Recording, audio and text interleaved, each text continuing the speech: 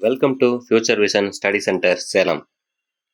UG dead பட்டதாரி ஆசிரியர் நியமன தேர்வு தமிழ் பாடத்திட்டம் இயல் 2 தலைப்பு பட்டினப்பாலை பகுதி 1. முந்தைய வகுப்பிலே நாம் குறிஞ்சிப்பாட்டு என்ற அந்த நூலை பற்றியும் அந்த நூலிலே நமக்கான ஒரு சில வரலாற்று செய்திகளையும் மேலும் ஒரு சில பாடல்களையும் அவற்றுடைய பொருளையும் கடந்த வகுப்பிலே கண்டிருந்தோம்.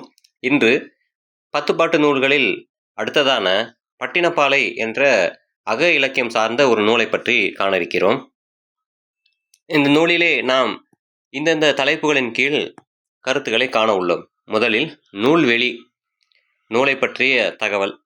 அடுத்தது செய்திகள், இந்த நூல் வாயிலாக நமக்கு அறியலாகும் ஒரு சில செய்திகள்.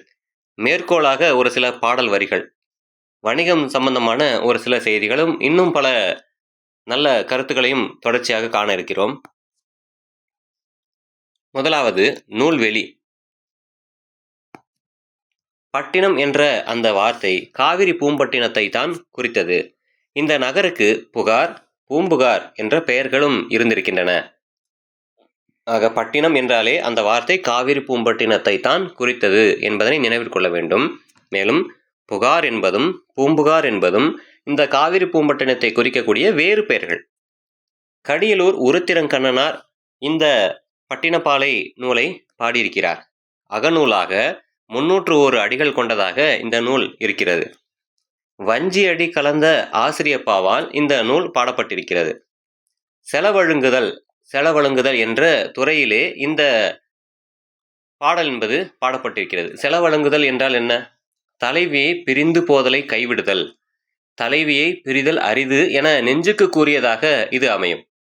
தலைவன் பிரிய இருக்கும் செலவை சிறிது தள்ளி போடுகிறான். செல்லாது இருத்துவதற்காக அது கிடையாது, செல்லாமல் அவன் இருப்பதற்கான வேலை அது கிடையாது. தலைவியை ஆற்றுவித்தலுக்காக, தலைவன் பிரிந்து செல்வதால் தலைவி வருந்துவாளே, அவளை ஆற்றுவித்தலுக்காக இந்த ஒரு செயல் நடக்குமாம். பிரிந்து செல்லாமல் இருந்துவிட்டால் பாலை திணையாகாமல் போய்விடும் அல்லவா? அதனால் சற்று காலம் தள்ளி போடுதல் இதற்கான பொருளாக அமைகிறது. கரிகால் பெருவளத்தானை புகழ்ந்து பாடியுள்ளார் இந்த நூலிலே கடியலூர் உருத்திரங்கண்ணனார். ஆக இந்த நூலினுடைய பாட்டுடை தலைவன் யார் என்று பார்த்தால் கரிகால் பெருவளத்தான் என்பது. செய்திகள் ஒரு சில இந்த நூலிலே என்னென்ன கிடைக்கின்றன என்பது. சோழநாடு புகார் நகரத்தினுடைய சிறப்புகள், கரிகாலனின் வீரம், உரையுரை வளப்படுத்தியமை, காவிரியினுடைய சிறப்பு, உழவர் பரதவர் சிறப்பு, கடல் வாணிகம், வணிகர் இயல்பு, பல வகை கொடிகளை பற்றிய செய்தி, இவை அத்தனையுமே இங்கு காண இருக்கிறோம். பட்டினப்பாலை இந்த நூலை பாடியமைக்காக கடியலூர் உருத்திரங்கண்ணனாருக்கு கரிகார் பெருவளத்தான் கொடுத்த பரிசு எவ்வளவு தெரியுமா? 16,100,000 என்று சொல்லப்படுகிறது. 16,100,000 பொன் பரிசெலுத்திருக்கிறான். ஒரு 100,000 என்றால் அது 1,00,000, 16,100,000 என்றால் 16 லட்சம். கோடி எனக்கூடிய எண்ணிக்கை சொல்பவர்களும் இருக்கிறார்கள். புகார் நகரத்தில் நடைபெற்ற அந்த வணிகம் என்பது இருக்கிறது அல்லவா? அந்த வணிகத்தை பற்றி விரிவாக கூறக்கூடிய நூல் இந்த பட்டினப்பாலை தான். கோயில், கடை, கள்ளுக்கடை ஆகிய இடங்களை அதனை அறிவித்தலுக்காக கொடியினை அறிவிப்பு போன்று கட்டியிருந்தார்கள். புலவர்கள் சொற்போல் கருதிய போதும் கொடி கட்டும் வழக்கம் இருந்தது என்பது நாம் நினைவில் கொள்ள வேண்டிய ஒரு தகவல். புகாரில் ஏழை எளியவர்களுக்கு உணவு அளிக்கக்கூடிய சமையல் சாலைகளும் இருந்திருக்கின்றன. மேற்கோளாக ஒரு பாடல். சோறு வாக்கிய கொழுங்கஞ்சி யாறு போல பரந்தொழுகி ஏறு பொற சேராகி தேரோட துகள் கெழுமி நீர் ஆடிய களிறு போல வேறுபட்ட வினை ஓவத்து வெண்கோயில் மாசு ஊட்டும். சோறுவாக்கிய கொழுங்கஞ்சி யாறு போல பரந்தொழுகி ஏறு பொற சேராகி தேர் ஓட துகள் கெழுமி நீர் ஆடிய களிறு போல வேறுபட்ட வினை ஓவத்து வெண்கோயில் மாசு ஊட்டும்.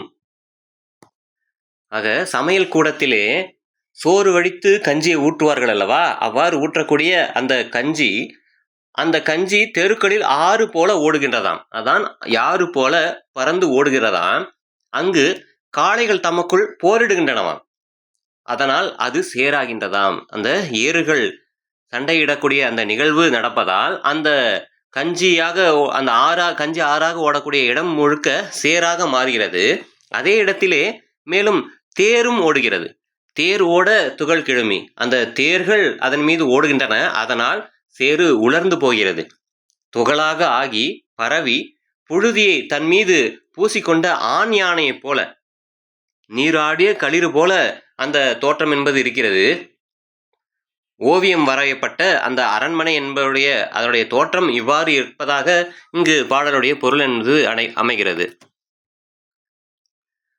அடுத்து, நீரினின்றும் நிலத்து ஏற்றவும் நிலத்தினின்று நீர் பரப்பவும் அளந்து அறியா பல பண்டம் புலி பொறித்து புறம் போக்கி.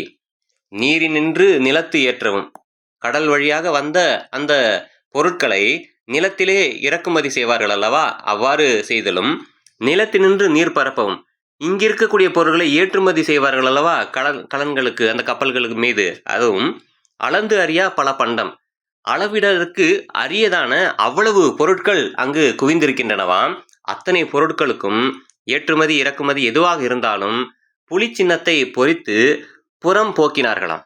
புலி சின்னத்தை பொறித்து அந்த பொருட்கள் நமது சோழ மன்னனுக்கு உரியது என்ற அந்த சின்னத்தினை அறிவித்து அதன் பிறகுதான் அடுத்த நடைமுறை என்பது தொடர்ந்ததாம். அடுத்து, நீரின் வந்த நிமிர்பரி புரவியும் காலின் வந்த கருங்கரி மூடையும் வடமலை பிறந்த மணியும் பொன்னும் குடமலை பிறந்த ஆரமும் அகிலும் தென்கடல் முத்தும் குணக்கடல் துகிரும் கங்கை வாரியும் காவிரி பயனும். நீரின் வந்த நிமிர்பரி புரவியும் காலின் வந்த கருங்கரி மூடையும் வடமலை பிறந்த மணியும் பொன்னும் குடமலை பிறந்த ஆரமும் அகிலும் தென்கடல் முத்தும் குணக்கடல் துகிரும் கங்கை வாரியும் காவிரி பயனும். நீரின் வந்த நிமிர்பரி புரவி, கடல் வழியாக மரக்கலங்களில் வந்த நிமிர்ந்த ஓட்டமுடைய அந்த குதிரைகள், அதான் நீரின் வந்த நிமிர்பரி புரவி. காலின் வந்த கருங்கரி மூடை, நிலவழியால் வண்டிகளில் வந்த கரிய மிளகு மூட்டைகள், இந்த மிளகு மூட்டைகளைத்தான் கரி மூட்டைகள் என்று குறிப்பிடுகிறார்கள். வடமலை பிறந்த மணியும் பொன்னும், வடமலையான இமயமலையில் அங்கு உண்டான மாணிக்க மணி, சாம்பூனத பொன் இவைகளையும் சொல்கிறார்கள். குடமலை பிறந்த ஆரமும் அகிலும், குடகுமலையில் பிறந்த சந்தன கட்டைகளாக இருந்தாலும் சரி, இல்லை தென்கடலில் தோன்றிய முத்தாக இருந்தாலும் சரி. குணக்கடல் துகிரும் கங்கை வாரியும் காவிரி பயனும், கங்கை ஆற்றின் வளத்தால் பிறந்தவையும் காவிரி ஆற்றின் வளத்தால் விளைந்தவையும் ஈழ நாட்டு பொருட்கள், இவை அத்தனையும் சொல்லி ஈழத்து உணவும் காழகத்து ஆக்கமும் அரியவும் பெரியவும் நெறிய ஈண்டி வளம் தலை மயங்கிய நனந்தலை மருகு. ஈழத்து உணவும் காழகத்து ஆக்கமும் அரியவும் பெரியவும் நெறிய ஈண்டி வளம் தலை மயங்கிய நனந்தலை மருகு. ஆக ஈழத்திலே பிறந்த அந்த பொருட்களாக இருந்தாலும் சரி, கடாரத்து பொருட்கள் என்ற இத்தகைய பல இடங்களில் பெறுவதற்கு அரியவும் பெரியவுமான எல்லா வகையான பொருட்களையும் நிலம் நெளியும்படி குவித்து வைத்து, எவ்வளவு என்ற ஒரு கணக்கில்லாமல் அளப்பதற்கு அரிய அதிகப்படியான பொருட்கள் அங்கு குவிந்திருக்கின்றன. தலை தெரியாமல் மயங்கி கிடக்கக்கூடிய தெருக்களை உடையதாக விளங்கியது அந்த பட்டினம். அடுத்து, நெடுநுகத்து பகல் போல நடுவு நின்ற நல் நெஞ்சினோர் வடு அஞ்சி வாய்மொழிந்து தமவும் பிறவும் ஒப்ப நாடி. நெடுநுகத்து பகல் போல நடுவு நின்ற நல் நெஞ்சினோர் வடு அஞ்சி வாய்மொழிந்து தமவும் பிறவும் ஒப்ப நாடி. நெடுநுகத்தடி என்பது கலப்பையினுடைய நுகத்தடி. பகல் நுகத்தடியின் நடுவில் ஓர் ஆணி அடிப்பது ஒரு வழக்கமாக இருந்திருக்கிறது. அந்த நெடிய நுகத்தில் கலப்பையில் தைத்த பகல் ஆணி போல நடுநிலை என்னும் குணம் நிலை பெற்ற நல்ல நெஞ்சினை உடையவர்கள் யார் என்று பார்த்தால் நமது வணிகர்கள். அந்த வணிகர்களுடைய செயல் இங்கு சொல்லப்படுகிறது. அவர்கள் தம் குடிக்கு பழி உண்டாகும் என அஞ்சி எப்போதும் உண்மையவே பேசக்கூடியவர்களாக அவர்கள் இருப்பார்களாம். தம் பொருளையும் பிறர் பொருளையும் சமமாக எண்ணக்கூடியவர்களாக அந்த வணிகர்கள் இருப்பார்களாம். கொள்வதுவும் மிகை கொளாது கொடுப்பதுவும் குறை கொடாது பல்பண்டம் பகர்ந்து வீசும். கொள்வதுவும் மிகை கொளாது கொடுப்பதுவும் குறை கொடாது பல்பண்டம் பகிர்ந்து வீசும்.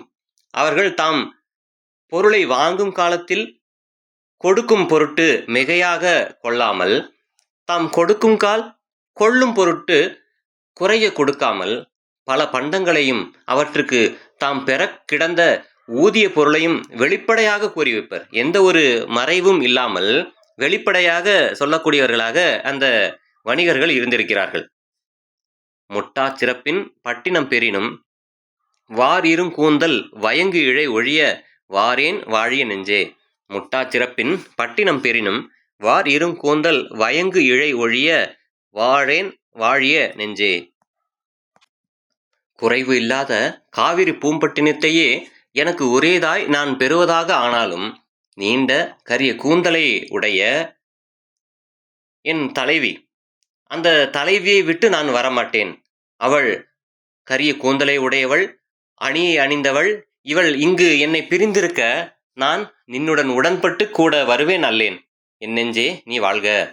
அதாவது இவ்வளவு சிறப்பினை உடைய பட்டினத்தையே நான் பெறுவதாயினும், இவளை தனித்து இங்கு இருக்க பிரிந்து நான் நின்னுடன் வாரேன், வரமாட்டேன், நெஞ்சே நீ வாழ்க என்பதாக அமைகிறது. காடு கொன்று நாடாக்கி குளம் தொட்டு வளம் பெருக்கி. காடு கொன்று நாடாக்கி குளம் தொட்டு வளம் பெருக்கி. அதாவது காட்டினை அழித்து அந்த காடு இருந்த இடத்தில் மீண்டும் காடு உருவாகாமல் அங்கு மக்கள் வாழ்வதற்கான இடமாக நாடாக ஆக்கி, குளம் தொட்டு அவர்கள் வாழ்வதற்கு தேவையான நீர் ஆதாரத்தை உருவாக்கக்கூடிய குளங்களை வெட்டி அந்த குளத்தினால் நிலப்பகுதிகளுக்கு தேவையான நீரை கொடுத்து அந்த இடம் முழுக்க வளம் பெறுவதாக மாற்றி என்பது இங்கு சொல்லப்படுகிறது. வான் பொய்ப்பினும் தான் பொய்யா மலை தலை ஈய கடற்காவிரி. வான் மேகங்கள் பொய்த்து விட்டாலும் தான் பொய்யாத அந்த தன்மையை உடையதாக கடற்காவிரி, காவிரி ஆற்றினுடைய தன்மை சொல்லப்படுகிறது. ஆக வானகமே மேகங்களே வறண்டு நீரினை பொய்த்து விடக்கூடிய தன்மையில், மழையினை பொழித்து விடக்கூடிய தலைமையில் மாறினாலும், அந்த கடல் காவிரியாகிய அந்த காவிரி அன்னை எந்த ஒரு நிலையிலும் அந்த ஆற்றினுடைய தன்மையை குறைக்காமல் மக்களுக்கு வளம் தரக்கூடியவளாக இருக்கிறாளாம். அரிமா அன்ன அணங்குடை துப்பின் திருமாவளவன் தெவ்வர்க்கு ஓக்கிய வேலினும் வெய்ய கானம் அவன் கோலினும் தண்ணிய தடமென் தோளே. அரிமா அன்ன அணங்குடை துப்பின் திருமாவளவன் தெவ்வர்க்கு ஓக்கிய வேலினும் வெய்ய கானம் அவன் கோலினும் தண்ணிய தடமென் தோளே. கரிகால் வளத்தானாகிய அந்த திருமாவளவன் பகைவர் மீது எறிந்த அந்த வேலை விட, திருமாவளவன் அந்த பகைவர் மீது எறிந்த அந்த வேலினை விட நான் செல்ல எண்ணிய காடு வெம்மை உடையது. நாம் இப்போது அடைந்துள்ள இவள் தோள்களோ அவன் தன் செங்கோலை விட குளிர்ந்தனவாய் உள்ளன. ஆதலால் இவளை பிரிந்து நெஞ்சே நாம் போகேம் என்று தலைவன் கூறுவதாக இந்த வரிகள் அமைந்திருக்கின்றன. என்னும் பாடல் அடிகள் பட்டினப்பாலையின் சிறப்பான உயர்வான பொருளை உணர்த்தி நிற்கின்றன. பட்டினப்பாலையில் வேறு என்னென்ன தகவல்கள் எல்லாம் இருக்கின்றன? சிறந்த வானநூற் கருத்துகள் காணப்படுகின்றன. நெய்தல் நில மக்களாகிய பரதவர்களின் வாழ்வு சிறப்புற சித்தரிக்கப்பட்டுள்ளது. பரதவர்களின் வாழ்வோடு அவர்கள் சுறா கொம்பை மணலில் நட்டு வழிபடும் தெய்வ வழிபாடு பற்றிய செய்திகள் சொல்லப்பட்டிருக்கிறது.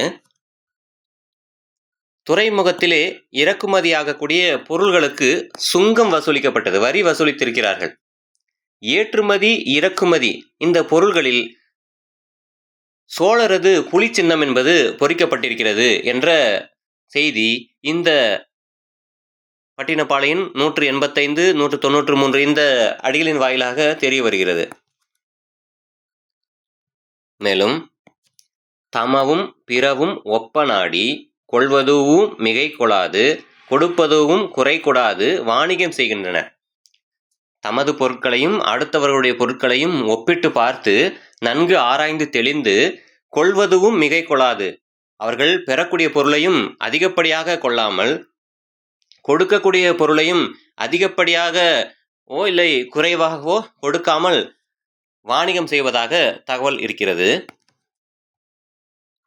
சோறு வாக்கிய கொழுங்கஞ்சி யாறு போல பரந்தொழுகி.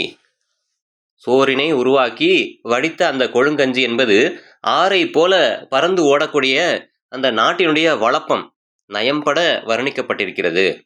பாலைப்பாட்டு என இதனை அழைத்தலும் உண்டு.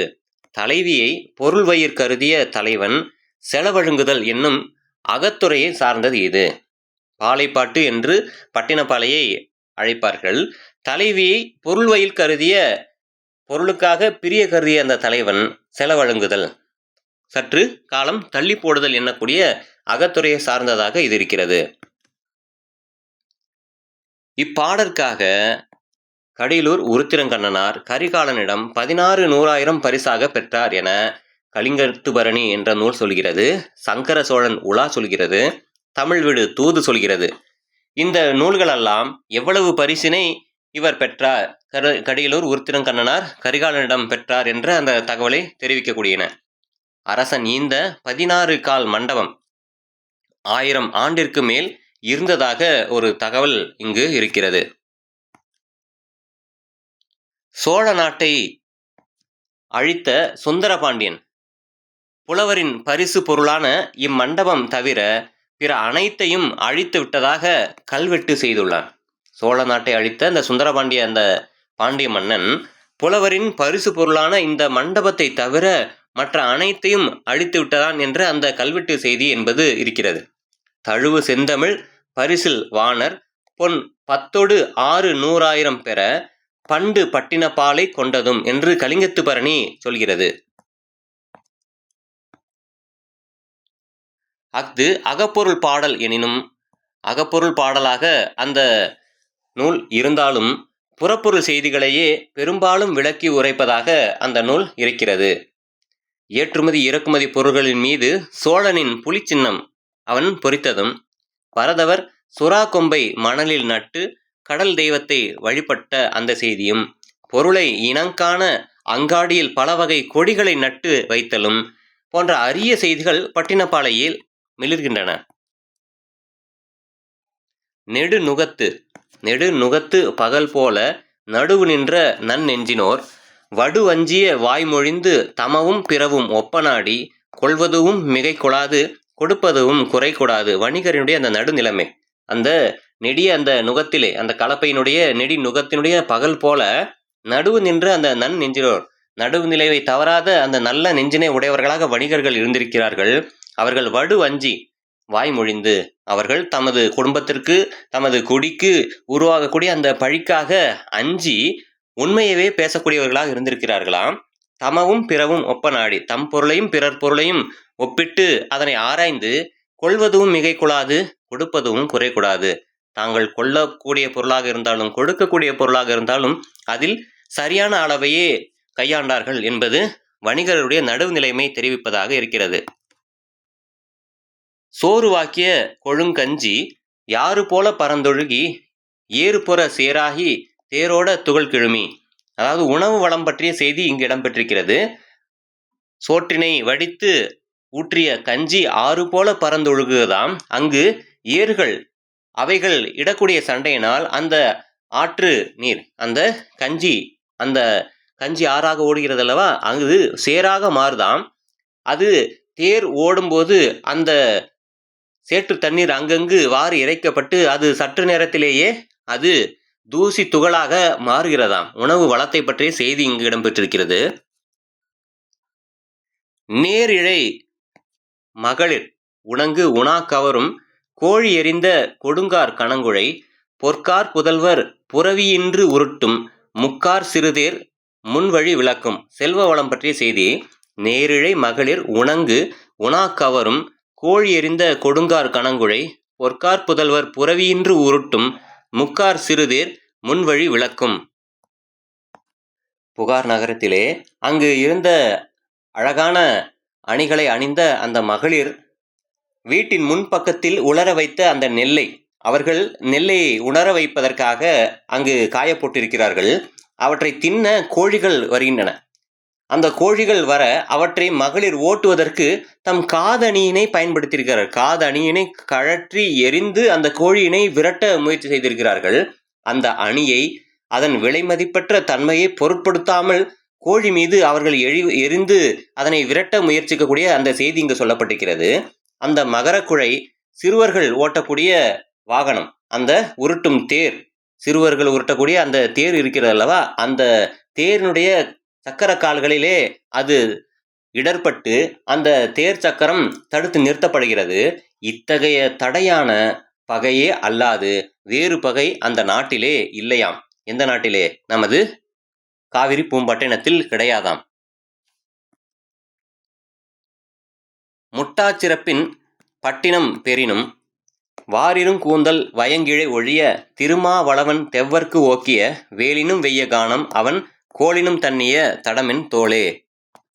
குறைவே இல்லாத அந்த காவிரி பூம்பட்டினத்தையே எனக்கு உரியதாய் நான் பெறுவதாயினும் நீண்ட கரிய கூந்தலை உடைய விலங்கு மணியை அணிந்த இவள் இங்கு என்னை பிரிந்திருக்க யான் நின்னுடன் உடன்பட்டு கூட வருவேன் அல்லேன். என் நெஞ்சே நீ வாழ்க என்று தனது தோற்றத்தினை இங்கு கூறக்கூடியதாக இருக்கிறது. மேலும் திருமாவளவன் தெவ்வர்க்கு ஓக்கிய வேலினும் வெய்ய கானம் அவன் கோலினும் தண்ணிய தடமின் தோளே. அந்த பெண்ணுடைய தோள் எத்தகையதாக இருக்கிறது என்றும் இங்கு சொல்லப்பட்டிருக்கிறது. திருமாவளவன் ஆகிய நமது கரிகார் பெருவளத்தான் பகைவருக்காக எரிந்த அந்த வேல் இருக்கிறது அல்லவா, அது மிகவும் வெப்பத்தை தரக்கூடியதாக மிகவும் வலியதாக இருக்கிறதாம். அது போன்று இங்கு தலைவன் தலைவியை பிரியக்கூடிய நிலை என்பது இருக்கிறதாம். அவன் கோலினும் தண்ணிய தடமின் தோளே. அந்த திருமாவளவனுடைய செங்கோல், அந்த செங்கோல் எந்த அளவுக்கு குளிர்ச்சி பொருந்திய தன்மை உடையதோ அதுபோல என் தலைவியுடைய தோளும் இங்கு குளிர்ச்சி பொருந்தியதாக இருக்கிறது என்ற அந்த செய்தியும் இங்கு கூறப்பட்டிருக்கிறது. வணிக செய்திகளாக மேலும் ஒரு சில ஏற்றுமதி வணிகம் பற்றியும் மக்கள் பழக்க வழக்கம் பற்றியும் நகர்ப்புற நாகரிகம் பற்றியும் இந்த பாட்டிலே மிகுந்த குறிப்புகள் உள்ளன. வாணிக பெருமை பேசுமிடத்து வான்முகந்த நீர் மழை பொழியவும் மழை பொழிந்த நீர் கடல் பரப்பவும் மாறி பெய்யும் பருவம் போல நீரினின்று நிலத்தேற்றவும். வானிலிருந்து வரக்கூடிய அந்த மழை நீர் என்பது அதோடைய உருவாக்கம் எவ்வாறு? கடல் நீர் ஆவியாகி மேகமாகிறது அல்லவா, அவ்வாறு கடலிலிருந்து ஆவியாகி மேகமாகி அந்த மேகத்திலிருந்து மழை பொழிந்து அது மலையை குளிர்விக்க செய்கிறதாம். அங்கு மலைப்பகுதியில் மழை பொழியுமாம். அடுத்து மழை பொழிந்த நீர் கடல் பரப்பும். அந்த மலையிலே பொழிந்த அந்த நீர் ஆறாக மாறி சென்று கடலிலே மீண்டும் சேருமாம். அதுபோல மாறி பெய்யும் பருவம் போல நீரினின்று நிலத்தேற்றவும். நீரிலிருந்து வந்த அந்த பொருளை நிலத்தில் இறக்குமதி செய்யக்கூடிய அந்த செய்தியும், நிலத்தினின்று நீர் பரப்பவும். நிலத்திலிருந்து நீருக்கு ஏற்றுமதி செய்யக்கூடிய பொருளாக இருந்தாலும் சரி, அளந்தறியா பல பண்டம் வரம்பு அறியாமை வந்தீண்டி அருங்கடி பெருங்காப்பின் வலியுடை வல்லணங்கினோன் புலி பொறித்து புறம்போக்கி. அளந்து அறியா பழம்பண்டம், எந்த ஒரு எல்லையும் காணாத வகையில் அளவிடற்கு அரிய பல பொருட்கள் அங்கு நிறைந்திருக்கிறதாம். வரம்பு அறியாமை வந்து இண்டி அருங்கடி பெருங்காப்பின், அந்த சோழனுடைய அந்த காவலர்கள் அந்த பொருட்களை சுங்கம் வசூலிக்கக்கூடிய இடத்திலே அந்த காவலர்கள் எல்லா பொருட்களையுமே மிகுந்த பாதுகாப்போடு இருந்து அந்த பொருட்களை சரியான தன்மையில் அளந்து அறியக்கூடிய தன்மை உடையவர்களாக, வல்லவர்களாக, வலிமை உடையவர்களாக இருந்து புலி சின்னத்தை பொறித்து அவற்றை வெளியே அனுப்பக்கூடியவர்களாக இருக்கிறார்கள் என்ற இங்க செய்தி சொல்லப்படுகிறது. பெரும்பானாற்றுப்படை என்ற அந்த நூலில் உள்நாட்டு வாணிகர் சிறப்பை காணும் நாம் இதில் உள்நாட்டு வெளிநாட்டு வாணிக வளத்தை காண்கிறோம். பெரும்பானாற்றுப்படையிலே உள்நாட்டு வணிக அந்த செய்தி மட்டுமே கூறப்பட்டிருக்கிறது. ஆனால் இங்கு உள்நாட்டு வெளிநாட்டு வணிகம் இரண்டையும் கூறுகிறார்கள். நீரின் வந்த நிமிர்பெறை புரவி காலின் வந்த கருங்கரி மூடை வடமலை பிறந்த மணியும் பொன்னும் குடமலை பிறந்த ஆரமும் அகிலும்.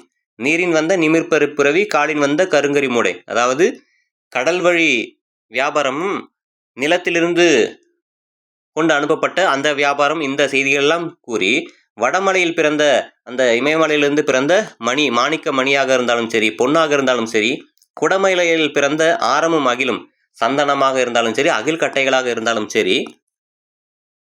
தென்கடல் முத்தும் குணக்கடல் துகிரும் கங்கை வாரியும் காவிரி பயனும் ஈழத்து உணவும் காழகத்து ஆக்கமும் அரியவும் பெரியவும் நெறிய ஈண்டி வளம்தலை மயங்கிய நனந்தலை மருகின். தென்கடலில் உருவான அந்த முத்து, குணக்கடலில் உருவான அந்த துகிர், கங்கை வாரி காவிரி பயன், கங்கையினுடைய செல்வம், காவிரியினுடைய பயன் இவை அத்தனையும் ஈழத்து உணவாக இருந்தாலும் சரி, காழகத்து ஆக்கமாக இருந்தாலும் சரி, அரியவும் பெரியவும் நெறிய ஈண்டி, அரிய பல பெரிய பொருட்களை எல்லாம் மொத்தமாக ஈண்டு வளம் தலை மயங்கிய நனந்தலை மருகு, வளத்தினை மிகுதியாக வைத்திருக்கக்கூடிய நனந்தலை மருகு, அந்த காவிரி பூம்பட்டினத்தினுடைய சிறப்பு இங்கு சொல்லப்படுகிறது. ஏறத்தாழ 7 அடிகளில் பாலை திணைக்குரிய செலவழங்குதல் துறை இந்த பாடலில் இடம்பெற ஏனையனவெல்லாம் காவிரி பூம்பட்டினத்தின் பெருமையாகவும் திருமாவளவனுடைய சிறப்பாகவும் உள்ளது. ஆக பாலை திணைக்குரிய அந்த செய்தி செலவழங்குதல் எனக்கூடிய தன்மையில் 7 அடியில் முடிக்கப்பட்டது. மற்றையெல்லாம் காவிரி பூம்பட்டினத்தினுடைய பெருமையாக திருமாவளவனுடைய சிறப்பாக சொல்லப்படுகிறது. சோழன் கரிகார் பெருவளத்தானை கடியலூர் உருத்திரங்கண்ணனார் பாடியது இந்த பாட்டு. இப்பாட்டால் உணரலாகும் தமிழர் வாழ்வு முறை பழக்க வழக்கம் பல. தமவும் பிறவும் ஒப்ப நாடி கொள்வதும் மிகை கொடாது கொடுப்பதும் குறை கொடாது பல பண்டம் பகிர்ந்து வீசும் வாணிக நாகரிகம் போற்றத்தக்கதன்றோ. கடியலூரார் இப்பாட்டுக்காக சோழனிடம் 16,100,000 பொன் பரிசு பெற்றார் என்று பிற்கால நூல்கள் போற்றுகின்றன. பட்டினம் கடலும் கடல் சார்ந்த நெய்தல் நிலமும். நெய்தல் நிலமான காவிரி பூம்பட்டினத்தை இந்த நூல் நெடுக பாடுகின்றது. பாலை என்னும் பொருளில் வந்துள்ளது. மதுரை காஞ்சியில் நூல் முழுவதும் மதுரை சிறப்பித்து கூறப்படுவது போல் பட்டினப்பாலையில் நூல் நெடுகவும் காவிரி பூம்பட்டினம் பாடப்பட்டுள்ளது. பயிற்சி வினாக்கள் ஒரு சில உங்களுக்காக. இந்த பட்டினப்பாலையை பாடியவர் யார்? பட்டினப்பாலை என்னும் இந்த நூலை பாடியவர் யார்? நிச்சயம் தெரிந்து வைத்திருப்பீர்கள். கடியலூர் உருத்திரங்கண்ணனார். பட்டினப்பாலை நூலின் பாட்டுடை தலைவன் யார்? இந்த பட்டினப்பாலை இந்த நூலினுடைய பாட்டுடை தலைவன் நிச்சயமாக எளிமையான வினாதான், கரிகார் பெருவளத்தான். பட்டினப்பாலையினுடைய பாடல் அடிகள் எவ்வளவு? பட்டினப்பாலை நூலினுடைய பாடல் அடிகள் எவ்வளவு என்பது கேள்வி. நிச்சயம் எளிமையான வினாதான், 301 என்பது பதில். அடுத்து, பட்டினப்பாலையை பாடியமைக்காக உருத்திரங்கண்ணனார், கடியலூர் உருத்திரங்கண்ணனார் பெற்ற பரிசு எவ்வளவு? 16,100,000 பொன் பரிசாக பெற்றார். கரிகார் பெருவளத்தானின் வேறு பெயர் என்ன? கரிகார் பெருவளத்தானினுடைய வேறு பெயர் என்ன? திருமாவளவன் என்பது பதில். ஆக இதுவரையில் நாம் பார்த்த இந்த தலைப்புகளின் அடிப்படையில் என்னென்ன தகவல்கள் எல்லாம் நாம் கண்டோம்? முதலில் நூல்வெளி. இந்த பட்டினப்பாலை என்பது எந்த நூலினுடைய, அதாவது எந்த இடத்தினுடைய கருத்துக்களை கூறக்கூடியதாக இருக்கிறது? பட்டினம் என்பது எது? மேலும் செலவழங்குதல் எனக்கூடிய அந்த துறையை பற்றிய செய்திகளை கண்டிருந்தோம். மேலும் கடியலூர் உருத்திரங்கண்ணனார் அவர் பெற்ற பரிசு, அவரை சிறப்பு செய்த அந்த மன்னவன் போன்ற செய்திகளும், மேலும் ஒரு சில செய்திகளையும் மேற்கோள் செய்திகளாக ஒரு சில அந்த பாடல்களுடைய பொருள்களையும் கண்டிருந்தோம். வணிகம் பற்றிய பல செய்திகள் இங்கு இந்த நூலிலே இதுவரையில் நாம் கண்டு தெரிந்திருந்தோம். இதுவரையில் பார்த்த இந்த வகுப்பு நிச்சயமாக உங்களுக்கு மனதில் பதிந்திருக்கும் என்று நம்புகின்றேன். அடுத்ததாக பட்டினப்பாலை பகுதி 2 பட்டினப்பாலையினுடைய மேலும் ஒரு சில கருத்துக்களை காண இருக்கிறோம். அதுவரையில் உங்களிடமிருந்து விடைபெறுகிறேன். நன்றி.